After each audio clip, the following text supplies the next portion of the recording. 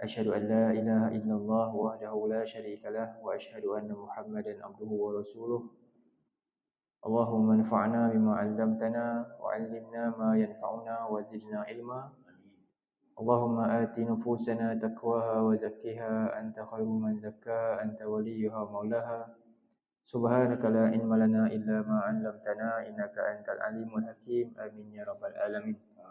Alhamdulillah, hadirin muslimin yang dirahmati Allah. Syukur kita kepada Allah Subhanahu Wa Taala malam ini kita dapat sama-sama bertemu kembali untuk menyambung tadabbur surah Yasin.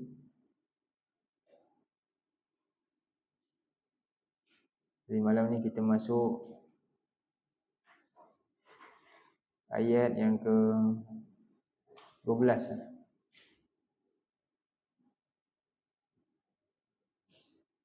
Jadi pada yang lalu kita dah duduk sebulan saya tak ada. Kan? Sebulan sekali.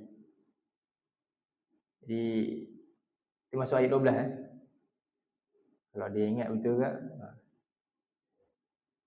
Ya, setahu saya di sini ayat 12. Okey. 12 ke 11? Lebih kurang 2 tu lah. Kalau tak kita ulang daripada 11 lah. Okey. Kita masuk ayat 11 dulu. Ayat 11. Okey, kita baca ayat 11 sama-sama. A'udzubillahi minasyaitonirrajim.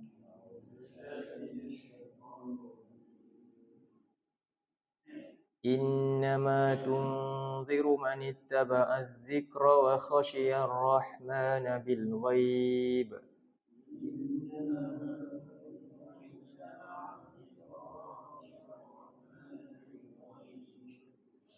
Fabashshirhu bimaghfiratin wa ajrin karim.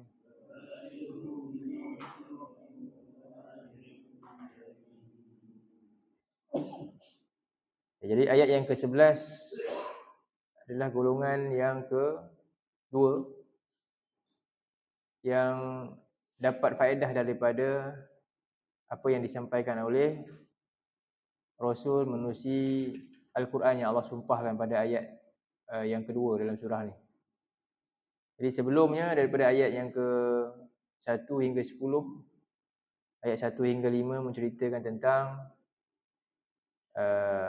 panduan hidup buat manusia yang paling utama iaitu Al-Quran, dan guru yang mengajarkan panduan tersebut iaitu Rasulullah yang membimbing kepada jalan yang lurus. Itu surah Yasin dimulakan dengan Yasin wal Quranil Hakim, dengan Allah sumpah demi Al-Quran yang penuh hikmah. Kemudian Allah menegaskan innaka laminal mursalin, sesungguhnya engkau wahai Muhammad benar-benar termasuk daripada kalangan rasul yang pernah diutuskan, ala siratim mustaqim, berada di atas jalan yang lurus. Kemudian tanzilan azizir rahim, penurunan Quran ini adalah datangnya daripada Allah yang Maha Perkasa lagi Maha Penyayang. Jadi ayat 1 sampai 5 cerita tentang perkara pertama yang menjadi asas kepada apa yang nak disampaikan dalam surah Yasin, iaitu panduan hidup buat manusia Al-Quran dan juga orang terpilih yang Allah utus untuk menyampaikannya, iaitu Rasulullah sallallahu alaihi wasallam. Jadi tidak ada yang lebih mahal, yang lebih utama, yang lebih penting dalam hidup melainkan inilah yang paling utama, iaitu apa? Allah dan Rasul, Al-Quran dan Rasulullah sallallahu alaihi wasallam. Dan kemudian masuk kepada ayat 6 tu, apakah tujuan, fungsi utama peranan Nabi dan Al-Quran yang disampaikan pada baginda ni? Litunzira. Jadi tujuan Quran ni sampai pada kita adalah untuk beri peringatan. Inilah fungsi utama Quran. Ia dibaca untuk mendapat panduan dan peringatan dalam hidup. Dan itulah ia perlu dibaca, dipahami, dihayati dan juga diamalkan serta disebarkan. Jadi litunzira qauman ma unzira aba'uhum, untuk engkau memberi ancaman peringatan kepada kaum yang lalai. Jadi sebab lalai adalah kerana lama tak dengar peringatan. Litunzira qauman ma unzira aba'uhum. Yang lama tidak dapat peringatan. Sejak bila tak dapat? Nenek moyang, bapa-bapa mereka sendiri lalai, apatah lagi mereka. Apatah lagi kalau opah atuk pun lalai, macam mana dengan cucu-cucunya? Terus dalam keadaan yang begitu. Jadi datangnya Quran ini untuk menyelamatkan manusia daripada hal tersebut. Kerana antara sebab diazab dalam neraka ialah sebab apa? Sebab lalai. Ke? Ada ke Quran sebut? Diazab sebab lalai. Ingat ayat? Okay, kita kena buka lah surah lain nak tengok dalil tu. Cuba buka surah 7. Saya tahu. Ayat 178. Ayat 179. 78, 79. Muka surat 174 atas sekali tu. Itu ayat beritahu punca diazab ramai dalam neraka. Di akhir penutup ayat tu, ghafilun, mereka ni orang yang lalai. Ulaika humul ghafilun. Sebab apa? Sebab lalai. Dalam ayat tu boleh tengok, perhatikan dulu.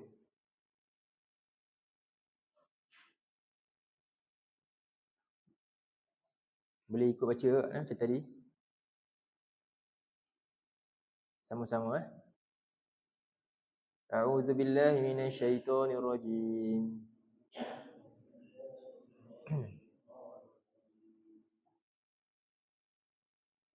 Walaqad zara'na li jahannama katsiran minal jinni wal ins.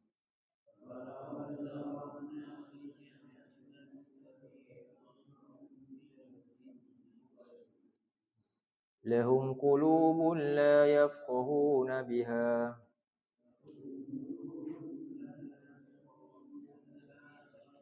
wa lahum a'yunun la yubsiruna biha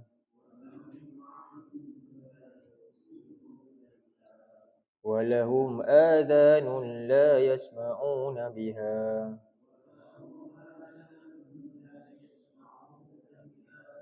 ulaika kal an'ami bal hum adall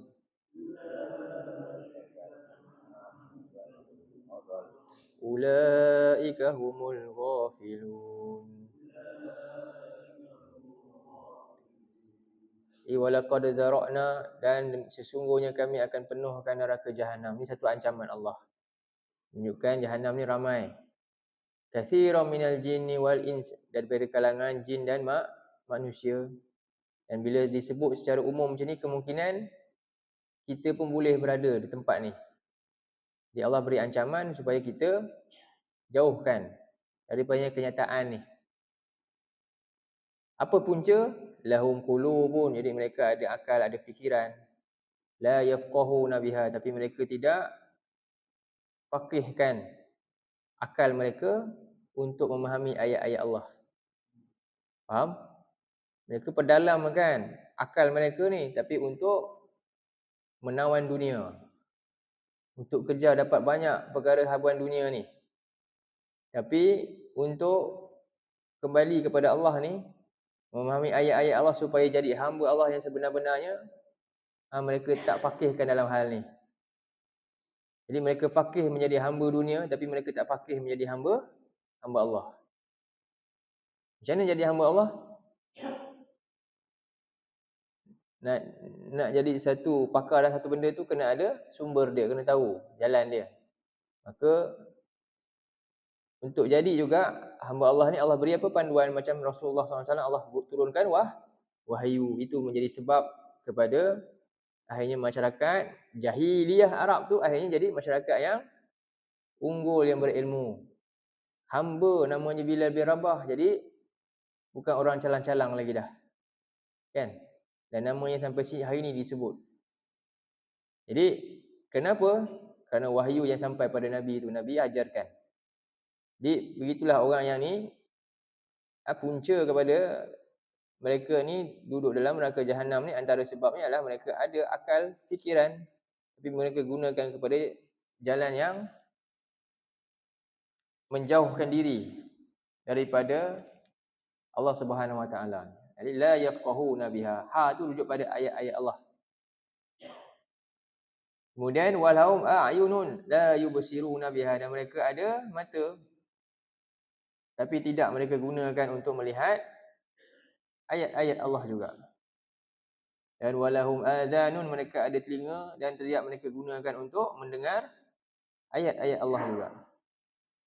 Jadi Allah kata ulaika kal an'ami bal hum adal, mereka ni umpama binatang ternak, bahkan jauh lebih sesat dari itu. Kemudian ulaika humul ghafilun, mereka lah orang-orang yang lalai. Jadi contohnya apa yang Allah suruh kita buat dengan Quran, gunakan kita punya alat makrifah. Ni semua ni alat makrifah. Pendengaran, penglihatan dan akal. Ni alat makrifah, alat mengenal. Kerana pentingnya alat makrifah ni digunakan ke, dilorongkan, dichannelkan kan, ke tempat yang sepatutnya, terutamanya mendengar kalam pencipta. Maka Allah Subhanahu Wa Taala perintahkan kita dalam surah 7, surah yang sama, atas sikit, ayat 204. Surah 7 ayat 204.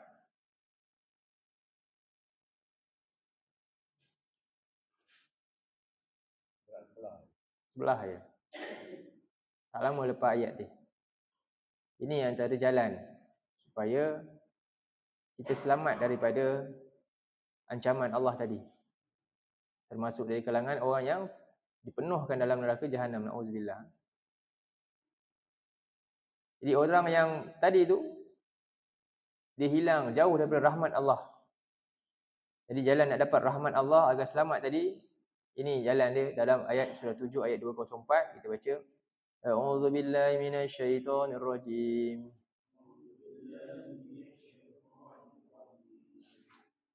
Wa idza quri'al Qur'anu fastami'u lahu wa ansitu la'allakum turhamun.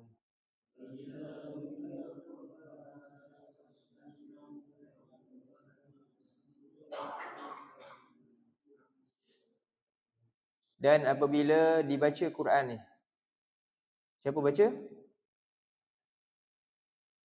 Tak disebut siapa baca. Ni ayat ni pasif. Maknanya apa? Quran mesti dibaca. Mesti dibaca. Sekerak yang mungkin, sebanyak yang mungkin. Ambil masa untuk dibaca. Bukan tunggu masa free baru nak baca, bukan. Jadi apabila Quran ini dibaca, siapa pun sebagai seorang Muslim wajib dan sentiasa kena usaha untuk membacanya. Lepas tu tak disebut secara khusus siapa. Tapi bagi orang yang seterusnya ingin dengar bacaan, apa dia kena buat? Fastami'u lahu, maka hendaklah didengar sungguh-sungguh. Maka dengarlah oleh kamu semua untuk mendapat faedah hasil bacaan Quran ni. Wa ansitu, dan diamlah. Kenapa? La'allakum turhamun, supaya kamu dapat rahmat. Bila dapat rahmat Allah, kita termasuk tak golongan tadi yang penuh dalam neraka? Tak. Jadi antara jalan nak dapat rahmat Allah apa dia? Baca Quran, dengar, bagi faham, dan apa dia? Hilangkan segala gangguan daripada kita fokus untuk faham ayat-ayat Allah. Sebab dia sangat penting. Sebab itu tujuan kita baca, Allah suruh apa ni? Istimak, ini anggota yang paling aktif. Alat makrifah yang paling aktif, berfungsi untuk mendapat faedah-faedah Quran. Apa dia? Telinga. Pendengaran. So itu dalam surah Al-Mulk ayat yang ke-10, juga surah 67 ayat 10.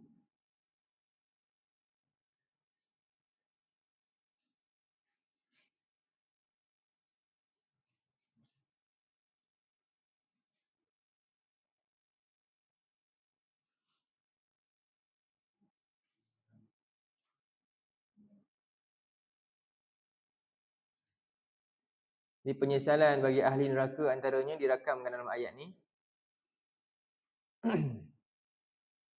A'udzubillahi minasyaitonirrajim.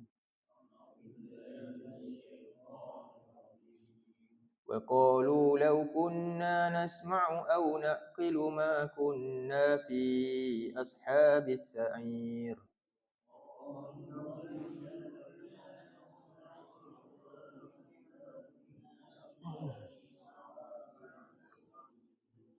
Dan mereka berkata dengan menyesal ketika ditanya, tak pernah datang pemberi peringatan yang bacakan ayat-ayat Allah ni kepada kamu, mengajarkan kamu tentangnya. Lalu mereka kata, bala, benar ada. Lalu mereka nyatakan penyesalan dalam ayat 10 ni. Dan mereka berkata, lau kunna. Lau ni maknanya apa? Angan-angan je lah. Kalaulah dulunya kami ketika hidup dulu ada peluang, ada umur, ada alat makrifah ni, panca indera yang sihat ni Allah beri pada kami ni, tapi kami buat apa? Nasma'u, kami gunakan untuk dengar nasihat daripada Allah ni, ayat-ayat ni, Quran ni. Dan au na'kilu, serta kami apa ni na'kilu? Dengar dan usaha faham apa yang kami dengar tadi. Ma kunna fi ashabis sa'ir, tidaklah kami sekarang ni berada dalam menjadi penghuni neraka yang menyala-nyala. Jadi jelas dua ayat yang kita baca tadi, punca diazab oleh Allah adalah, pintu utama dia adalah kerana enggan menggunakan alat makrifah yang Allah beri untuk dengar ayat-ayat Allah ni, memahaminya. Kita boleh buat banyak benda lain, boleh dengar banyak benda lain. Boleh dengar apa lagi? Lagunya, drama TV-nya, macam-macam perkara. Tapi punya isu-isu yang dah ada jelas dan realistik dan yang akan kita bawa balik lepas mati ni, yang akan ditanya yang ni, yang telah ada dengan kita sejak 1000 berapa tahun? 400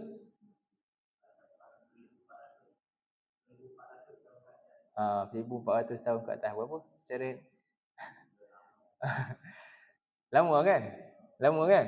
Isu yang kita duk sibuk kan, lama tak? Kita sibuk yang sekarang ni, yang baru, sehingga kita tak dapat nak tahu segala apa yang ada dalam ni. Kan? Ketinggalan. Jadi dunia telah melalaikan kita. Dari apa yang sepatutnya kita beri perhatian dan dengar, akhirnya tak dapat dengar yang ni. Akhirnya kita sibuk dengar yang lain dan kita kuasai yang lain tu. Yang lain tu datang kuasai hati kita. Sebab ini saluran untuk memandaikan akal kita.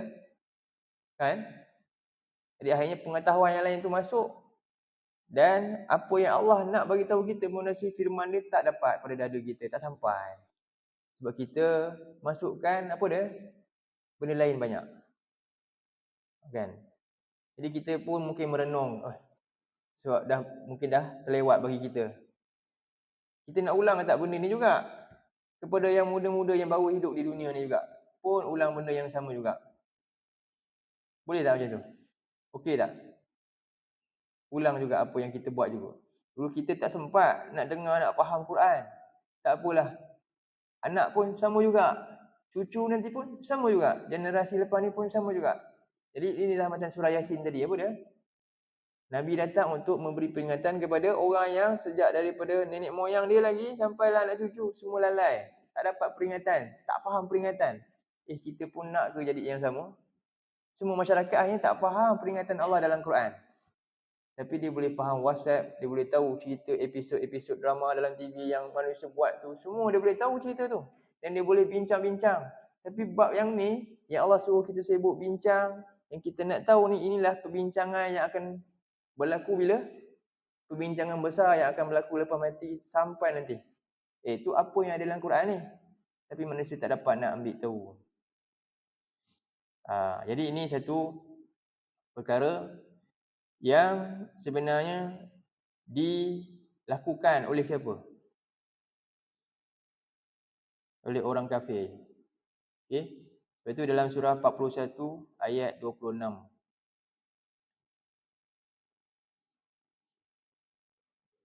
41 ayat 26.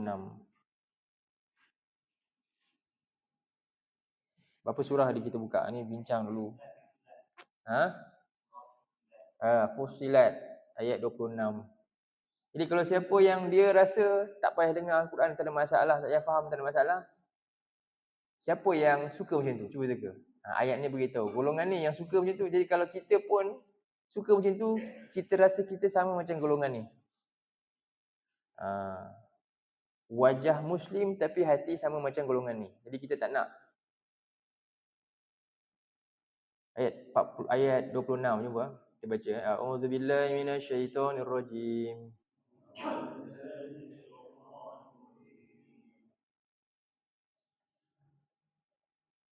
وقال الذين كفروا لا تسمعوا لهذا القرآن والغوا فيه لعلكم تغلبون.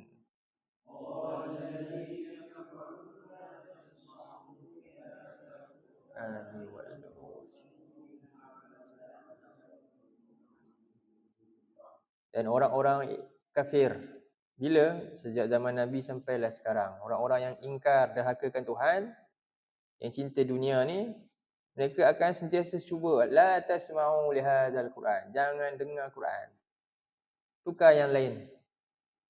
Walghaw fihi, buat kekacauan. Walghaw maknanya buat, hantar sesuatu yang melaraukan mereka, hantar satu yang boleh lalaikan mereka sehingga mereka tak sempat nak tahu pun panduan mereka yang menguatkan mereka. Inilah kekuatan kita sebenarnya. Tapi hari ni, dengan kekuatan kita hari ni, kita sendiri lumpuh. Sebab apa? Kita pun tak menguasai ni. Baca bolehlah, faham dia, ayat dia faham dah? Boleh faham tak? Tak boleh dah, dah lemah, dah lumpuh habis dah. Inilah cita-cita dia. Sebab apa? Dengar untuk faham tu dah tak ada dah. Bahkan ada yang kita sendiri ni Muslim, tapi bila tang Quran, dengar pun tak nak. Dengar sikit dah ngantuk dah. Baru belajar mungkin sejam, dah rasa lama. Tapi tadi dia tengok tu, cerita rekaan siapa ni, lara yang dihantar ni, dia boleh 3 jam, 5 jam. Memang dia sibuk dalam 24 jam masa dia hari dia untuk itu. Tapi tang ini, tiba-tiba apa? Dia rasa berat, rasa jauh, rasa macam-macam. Jadi rupanya, wajah kita Muslim. Tapi hati kita sama macam orang yang tak nak dengar Quran siapa? Tak nak dengar Quran siapa? Ayat ni cakap siapa? Yang tak nak faham Quran siapa? Ya, kita sebagai hamba Tuhan mesti nak inilah dia, ni panduan Tuhan saya. Nasihat Tuhan saya ni, saya nak dengar. Betul tak? Dan dia yang bagi rezeki pada saya. Contohnya lah, anak dalam rumah kan. Jadi ayah dia, anak nak apa? Anak dia nak apa tak cukup lengkap belajar sampai satu masa ayah dia pun kata nak khidmat sikit kat dia lah. Kan? Tolong ayah sekian-sekian. Anak dia apa? Dengar cakap ayah dia pun tak nak. Ayah dia kata macam ni, tak nak. Cuba bayangkan. Ayah dia bagi apa kat dia? Bagi basikal, nak alat tulis ayah dia belikan. Nak masuk sekolah ni, ayah dia buat semua. Tapi tiba-tiba suruh sikit tak nak, dengar tak nak cakap. Tapi ayah dia tak pernah pun cipta dia, hidupkan dia. Betul tak? Jadi kalau nak derhaka pun taklah teruk sangatlah. Ayah dia macam mana pun tak pernah cipta dia, bagi rezeki kat dia. Betul tak? Kalau dia sakit, ayah dia kesembuhkan? Tak. Jadi sekarang ni Tuhan tadi, dia buat apa pula dengan kita? Nak banding dengan ayah tadi tu, kita kata anak derhaka kalau buat macam dengan ayah kan. Tak nak dengar cakap ayah, faham cakap ayah pun tak nak. Ayah bagi arahan tak nak ikut, tak nak ambil tahu arahan ayah. Kita kata anak ni anak derhaka, sedangkan ayah dia tak cipta dia. Kalau dia sakit pun ayah dia bukan boleh sembuhkan dia. Betul? Yang sembuhkan kita siapa? Allah. Yang bagi rezeki kita siapa? Yang hidupkan kita siapa? Allah. Allah pula bagi apa kita? Ni surat ada. Ni arahan aku dalam ni, taatkan aku dalam ni, semua dalam ni. Jadi kita kata dia tak nak dengar cakap ayah, tak nak faham cakap ayah, kita kata teruk budak ni. Sekarang ni Tuhan yang cipta dia, yang bagi dia kehidupan, yang bagi dia pangkat, harta, semua ni, dan pesanan Tuhan ni semua terkumpul dalam ni, dan Tuhan dia nak dia dengar supaya ikut nasihat ni. Tiba-tiba dia tak nak dengar dan faham. Mana lagi teruk? Anak tak nak dengar, faham cakap ayah, dengan anak tak nak dengar, faham cakap pencipta dia. Mana lagi teruk?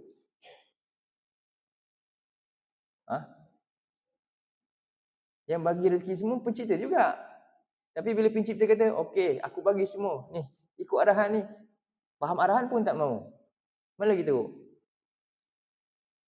Jadi siapa tu yang derhaka macam tu? Jadi ni hamba derhaka juga. Cuba bayangkan, begitukah kita dengan pencipta kita ni? Sedangkan dia kata apa? Ar-Rahman. Dia bagi dengan kasih sayang. Allamal Quran. Dia nak ajar kita ilmu. Nak ajar apa? Al-Quran ni. Tapi kita pula pergi Tak nak peduli. Sebab itulah patut tak tadi orang-orang menyesal tu, kenapa dia menyesal? Dia kena azab sebab dia tak nak dengar. Patut tak dia diazab? Patut. Baru kita fahamlah, patutlah dia diazab. Allah bagi dia macam-macam. Dan Allah nak dia dengar kalam Allah ni. Dia tak nak peduli pun. Patut tak patut? Patut diazab. Betul kan? Itulah dia. Sebab itulah akhirnya Allah kata, tengok apa lagi mereka nak? La'allakum taghlibun, supaya kamu dapat mengalahkan mereka. Baik, kita balik pada perbincangan kita surah Yasin tu. Jadi sebab itulah kerana beratnya benda ni, Nabi SAW diutuskan untuk sampaikan Quran ni pada umat manusia selama 23 tahun tu. Lama dah. Nabi waktu dah. Sikit lagi. Jadi namun ada, balik pada surah Yasin ayat 6 yang kita tadi tu. Namun bukan semua yang akan sedar benda ni, akan beriman, sehingga ada golongan yang Allah tutup hati mereka, sehingga Allah kata dalam ayat 10 surah Yasin tu, sawaun alaihim a'anzartahum am lam tunzirhum la yu'minun. Ini golongan yang pertama, apabila disampaikan ayat Allah mereka tak nak dengar dan mereka biar terus begitu, akhirnya Allah kunci hati dia. Dan Allah kata apa? Sama je kamu bagi ancaman, kamu takut-takutkan macam ni pun, nasihatlah macam mana pun, hati dia sama saja. Sama dengan kau beri ancaman pada mereka atau kau tak beri, apa dia? Mereka tetap tak mahu ambil peduli, tak nak beriman. Jadi kita tak nak jadi golongan ni. Sebab itu Allah bagi solusi, jadilah golongan ayat 11.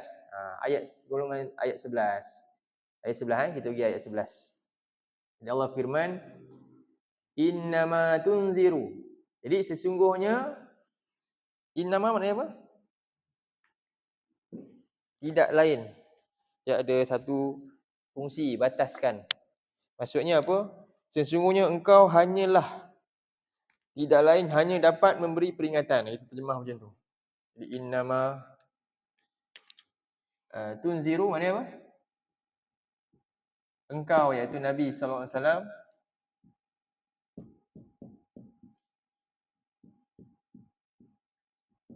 manittaba'a az-zikra. Jadi az-zikra ni rujuk pada Al-Quran.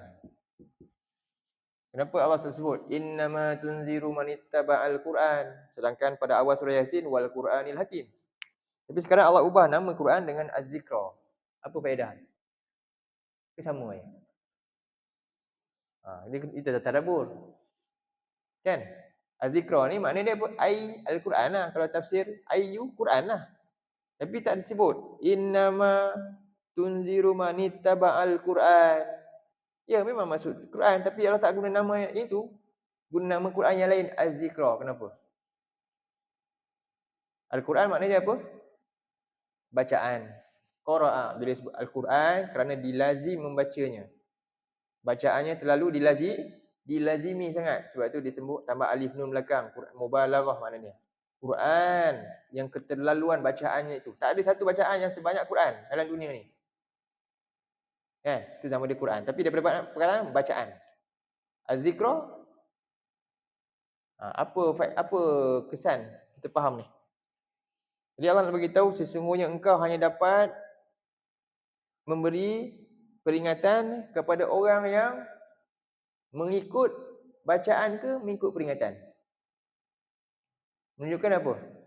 Tujuan baca Quran untuk dapat apa?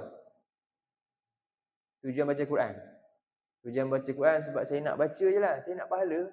Ya, memang Nabi janji pahala. Kan? Tapi tujuan Quran turun untuk dapat panduan. Barangkali kita rajin baca, tapi Quran tak jadi hidayah pun untuk kita. Tak jalan jugalah. Kan? Dia begitu. Kenapa Quran ni bila baca satu huruf dapat 10 pahala? Maknanya tak ada tandingannya kebaikan Quran, Allah beritahu. Menunjukkan betapa penting dan kena disibukkan lah maknanya. Kan? Kalau benda tu berharga, kita akan sibuk pulun dia habis-habisan. Itu Nabi nak kita betul-betul sibuk dengan dia. Tapi hari ini apa dia? Untuk capai satu tujuan. Apa tujuan dia? supaya dapat peringatan. Dia macam cikgu janji dekat murid-murid dia, apa dia? Suruh rajin datang sekolah. Siapa datang awal, siapa rajin, tak pernah absent, cikgu bagi hadiah. Kan? Sampai saat exam, semua murid dia fail. Lepas ni cikgu nak bagi dia tak reward tu. Cikgu orang macam ni tak nak bagilah. Sebab rupanya murid tu datang sebab nak dapat hadiah je. Tapi tak nak belajar pun. Segala cikgu sampaikan, dia tak ambil peduli. Dia, yang penting dia dapat hadiah cikgu tu. Jadi tak capai matlamat juga. Tujuan Nabi juga beritahu, baca dapat apa? 10 pahala, ya dapat reward besar. Tapi apa tujuannya? Supaya kamu seronok dan akhirnya dapat hidayah, dapat bijaksana lah. Dapat faham dia. Tapi tak capai matlamat. KPI itu tak tercapai. Tujuan kita baca Quran untuk apa? Memahami ayat ini supaya Quran dapat hidayah kita, dapat peringatan untuk diri kita. Dan yang lebih besar, dengan itu kita dapat pahala yang berganda-ganda. Baru betul. Baru betul. Jangan terhenti tu macam kan, saya nak dapat pahala je. Faham dia? Tak maulah. Salah tu, silap. Betul ke tak betul? Jadi sebab itulah hanya orang ini saja, hanya orang yang nak ikut peringatan Quran. Bukan yang rajin baca saja. Yang nak ikut peringatan Quran lah wa khasyar rahmana bil ghaib, dan takutkan Allah yang Maha Pemurah. Dalam keadaan dia tak nampak Allah yang ghaib ni dan dia bersendirian. Ini saja orang yang dapat benar-benar mendapat hidayah daripada Quran. Jadi ingatlah ayat ni Allah nak bagi tahu. Macam mana kita nak dapat hidayah Quran? Kita kena baca dia dengan tujuan nak ittaba'az zikra, nak ikut peringatan yang ada dalam dia. Nak kena tahu apa ni Allah sebutkan. Dan kemudian wa khasyar rahmana bil ghaib, nak hadirkan, nak ajar diri kita supaya apa? Bila kenal Allah, Allah kenalkan diri dia dan kita timbul rasa apa? Khasyah, takutkan Allah. Jadi Quran ni nak ajar kita kenal Allah, kenal hari akhirat sehingga kita takut dan bimbang hal tersebut dan kita nak bersedia untuk hari tersebut. Hanya orang ni saja dapat hidayah daripada Al-Quran berdasarkan ayat 11 ni. Lalu fabashshirhu bimaghfiratin wa ajrin karim. Seterusnya, maka gembirakanlah akan orang ini dengan apa? Dia akan dapat dua. Pertama, keampunan dan juga ganjaran yang besar. Baru sebut pasal pahala, nampak? Lepas buat apa? Lepas baca, kemudian ikut peringatan dan takutkan Tuhan. Kemudian baru dah dapat apa? Dapat keampunan dan dapat pahala yang besar. Inilah jalan nak dapat pahala. Takut kita bersangka-sangka. Sebab tak ikut jalan yang Allah sistemkan dalam ni. Boleh faham? Jadi mudah-mudahan jelas. Inilah ayat yang ke-11 dalam surah Yasin. Faedah-faedah dia yang kita nak tahu bagaimana jalan kita untuk dapat manfaat Quran. Niatkan kita baca Quran, nak faham, nak ikut segala peringatan dalam dia. Dan pastikan apa dia? Kita bertambah takutkan Allah. Bila tu? Bukan masa ramai-ramai. Masa bila? Masa bersendirian, bila ghaib. Bila ghaib ni satu makna ketika mana Allah tak terlihat. Kedua, bila ghaib, ketika kita ghaib daripada orang lain. Ketika orang lain ghaib daripada kita. Barulah diuji betul-betul tak kita ni takutkan Allah atau tidak dengan perbuatan kita tu. Maka inilah orang yang perlu digembirakan dengan janji Allah, dengan syurga, dengan keampunan Allah. Fabashshirhu bimaghfiratin wa ajrin karim. Jadi kita berhenti kat situlah. Ayat berapa? Ayat 11 lah. Kita berhenti.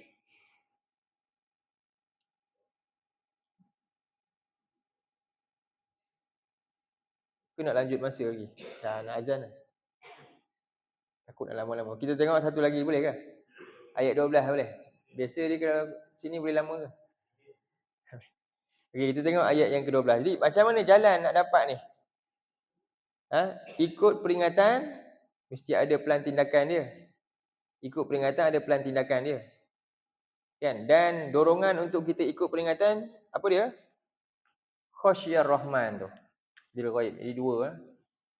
Ikut peringatan satu, dan macam mana betul-betul kita boleh ikut dan istiqamah ni, wa khasyiyar Rahman.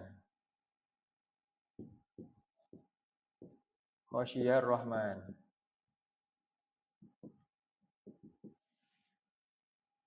Bil ghaib, ini penting. Yang kedua.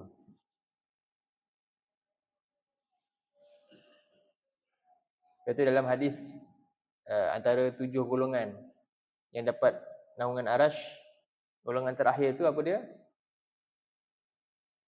Golongan zakarallah khalian fafadat ainahu, iaitu yang dia ingat Allah khalian, bersendirian, bukan masa ramai-ramai ni. Ramai ni mungkin kita nampak bagus kan, tapi ketika tak dilihat orang lain tu, fafadat ainahu, lalu air mata dia berlinangan, dia nangis. Ini yang paling ikhlas sekali. Jadi ni dua jalan untuk mendapat kebaikan daripada Al-Quran ni. Jadi kita tengok ayat yang ke-12 tu. Inna nahnu nuhyil mauta. Jadi Allah SWT gesa kita untuk persiapkan, buat plan dan tindakan. Allah kata apa? Sesungguhnya kamilah yang akan hidupkan orang yang mati. Jadi kamu nanti akan mati, akan dihidupkan kembali. Wa naktubu ma qaddamu wa atharahum, dan kami tuliskan apa yang mereka telah lakukan dan apa yang mereka, bekas-bekas yang mereka tinggalkan, dan segala sesuatu, wa kullasyai'in ahsaynahu fi imamin mubin, kami akan hitung dengan detail di dalam kitab catatan yang jelas nyata. Jadi ini plan tindakan, iaitu persiapkan apa? Qaddamu tu. Amalan kita. Kenapa? Semuanya sedang ditulis. Fikirkan, wa naktubu ma qaddamu. Jadi segala yang kita buat sekarang semuanya dicatat. Dan juga yang lebih besar ialah segala yang kita tinggalkan ni, bekas-bekas kerja tangan kita juga dicatat. Wa athar. Athar ni iaitu jejak tapak kaki tu. Kita pijak sini kan, kesan ni mungkin orang lain tak nampak dah, tapi telah pun disimpan. Jadi ada dua lah. Satu, asar yang baik ke asar yang buruk. Man sanna fil Islam sunnatan hasanah. Siapa yang tunjuk contoh yang baik kan dalam Islam, maka dia dapat pahala apa yang dia buat dan pahala orang yang ikut. Dan siapa yang contoh dengan contoh sunnatan sayyi'ah, yang buruk, maka apa dia? Dia dapat juga dosa orang yang menjadi sebab kenapa dia buat dosa, sebab orang ni dia ajar. Jadi ini amalan yang perlu kita hati-hati. Apa yang kita tinggalkan, kita kena fikirkan. Dan wa kullasyai'in ahsaynahu fi imamin mubin, dan semua itu nanti akan Allah hitung di dalam imam ni, maknanya kitab. Tapi tak disebut kitab itu, disebut imam. Kenapa? Kenapa? Ini disebut imam. Sebab tu dalam hadis Nabi, hari ni kita ni, imam kita siapa? Jadi Quran ni, siapa jadikan Quran ni amamahu, imam dia, panduan dia ni, qadahu ilal jannah, Quran akan bawa dia masuk syurga. Sebab tu ni yang ditinggalkan Nabi ni, imam kita. Jadi hari nanti segala catatan amalan kita tu kan jadi imam kepada orang tersebut lah. Jadi dia akan dipimpin ke mana hala tuju dia berdasarkan amalan yang dia buat. Jadi kalau amalan dia buruk, amalan buruk dia akan pimpin dia sampai masuk neraka nanti. Hari ni bukan lagi nak ikut siapa-siapa dah.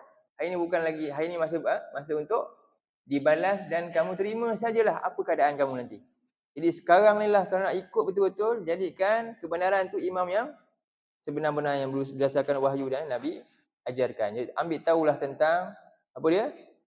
Segala yang Nabi tinggalkan ni, iaitu Al-Quran, dan bagaimana dan Allah sumpahkan dalam surah Yasin, dan juga Rasul sallallahu alaihi wasallam sebagaimana yang Allah tegaskan dalam ayat yang ketiga dalam surah Yasin. Itulah jalan dia. Itu saja ringkas daripada saya untuk ayat yang ke-11 dan ayat ke-12. Jadi sampai sini dululah untuk malam ni, dan dapat manfaat daripada perkongsian ini. Qul qauli hadza wa astaghfirullahal azim li wa lakum. Allahumma ja'al hadza jama'ana jama'an marhuma wa tafarraqna min ba'dihi tafarraqan ma'suma. Allahumma inna na'udzubika minal arba' wa min ilmin la yanfa' wa min qalbin la yakhsha' wa min nafsin la tashba' wa min du'ain la yusma'. Rabbana atina fid dunya hasanah wa fil akhirati hasanah wa qina adzabannar. Wa sallallahu ala nabiyyina Muhammad wa ala alihi wa sahbihi wasallam. Alhamdulillahirabbil alamin.